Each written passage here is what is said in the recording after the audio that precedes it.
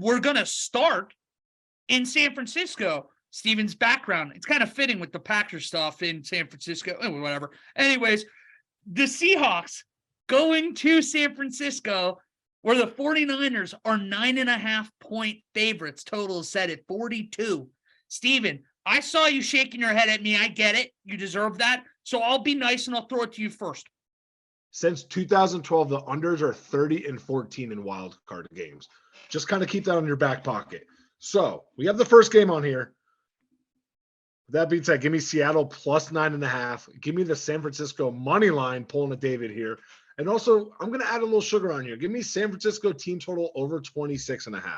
In the wild card era, teams that are swept facing the opponent a third time are 12-7 straight up, 9-1 against the spread in that third matchup. So San Francisco they are that good.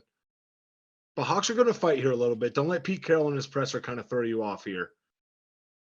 Quarterbacks making their first playoff starts are 18-36 straight up, 17-36-1 against the spread. Herbie and Trevor, Purdy and Geno in this one, Skylar Thompson, who cares? And then we have whoever's playing for Baltimore. So we have two matchups of quarterbacks playing their first games. Godspeed on gambling with that. You've sold me on Seattle plus 9.5, and I don't know why, but I'm basically rolling with the same line, except San Francisco money line, Seattle plus 9.5, but I'm taking the under at 42.5. And I'm hesitating with the Seattle 9.5 portion because they've really gotten their ass handed to them in 2 games this season. But I think it's been proven throughout sports history, it is really hard to beat a team 3 times in a season, especially a playoff team outside of baseball where you play 9,000 games against your opponents. But it is really hard to beat a team 3 times in a season, especially when you're both playoff teams. The last matchup between them was 21-13, San Francisco. The first matchup was like 40-10. It wasn't actually 40-10, but it felt like 40. It felt like 1,000,000-0. Yeah. So I think Seattle has the potential to keep it within 10, but I'm hesitating with it, but I'm going to roll with it. And ultimately, as I said before, San Francisco right now, best team in the playoffs. They're going to win without a shadow of a doubt.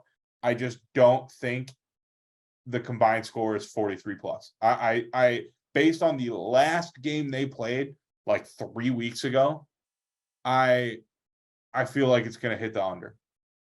See, I'm staying away from the totals, unlike you two.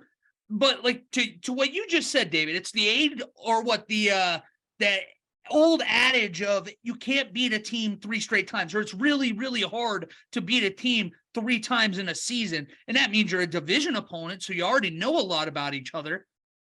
But if it's that hard to win 3 times against the same opponent, I mean, how hard is it to beat the shit out of the same team 3 straight times? And that's what Vegas is calling for here at 9.5, because I know that it was a 21-13 game a month ago. Seattle was not even, they didn't belong on the field with that San Francisco team. It was the first time Brock Purdy really showed that he is the 7th round Mr. Irrelevant that we know him as now. I do like Seattle to cover because that is a lot for a playoff game, especially in division. But I'm going to take San Francisco money line. This is a runaway train right now. And Seattle's defense is so hit and miss. There's 1 week it looks like the worst in football. The next, it's actually pretty competent. Even if you get the competent, all that's going to do is keep this close. Again, runaway train. Look out. They're on a one-way ticket to Philadelphia in 2 weeks. You can book that already.